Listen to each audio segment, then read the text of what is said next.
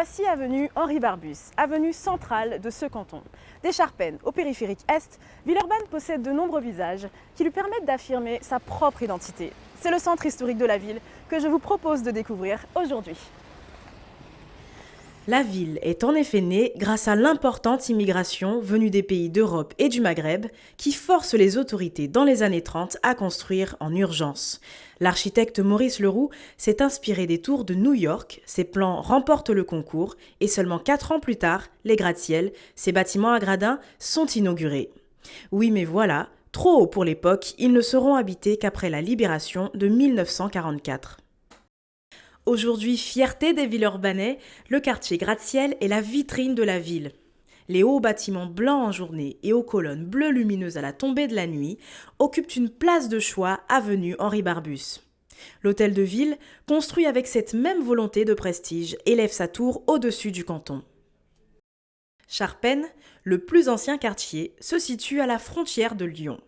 Dynamique et commercial, il se fait relais central entre Villeurbanne et Lyon et donne le la à l'activité de Villeurbanne Centre.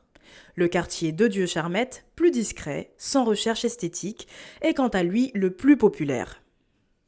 Contrairement à ce que l'on pourrait croire, les gratte-ciel sont exclusivement composés de logements sociaux.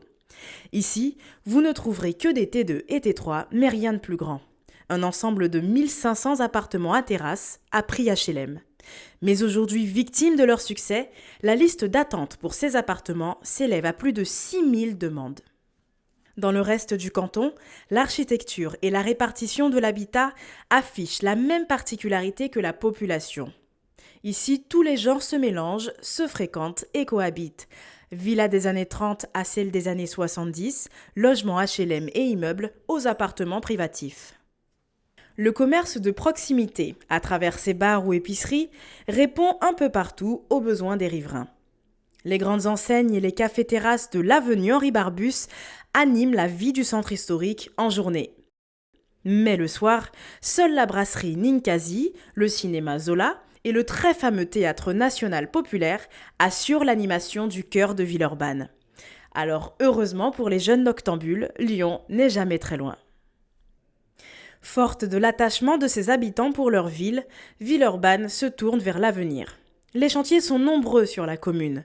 Dans la continuité de l'avenue principale, le quartier Gratte-ciel Nord est en projet, avec 900 logements, un centre commercial et un centre des cultures urbaines. Et pour les sportifs, l'Asvel aura aussi sa salle des sports. Un projet très porteur pour la ville. Ce développement ne se fera pas sans répondre aux attentes environnementales.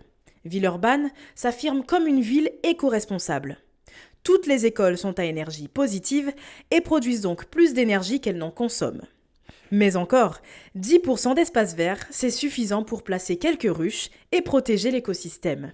Enfin, en 5 ans, la ville s'est équipée d'ampoules LED et a ainsi pu baisser sa consommation d'éclairage urbain de 50%. Finalement, si Villeurbanne Centre s'affirme comme un carrefour cosmopolite, c'est aussi grâce au fameux cours Tolstoï, Lafayette et grâce aux nombreux transports en commun qui la parcourent.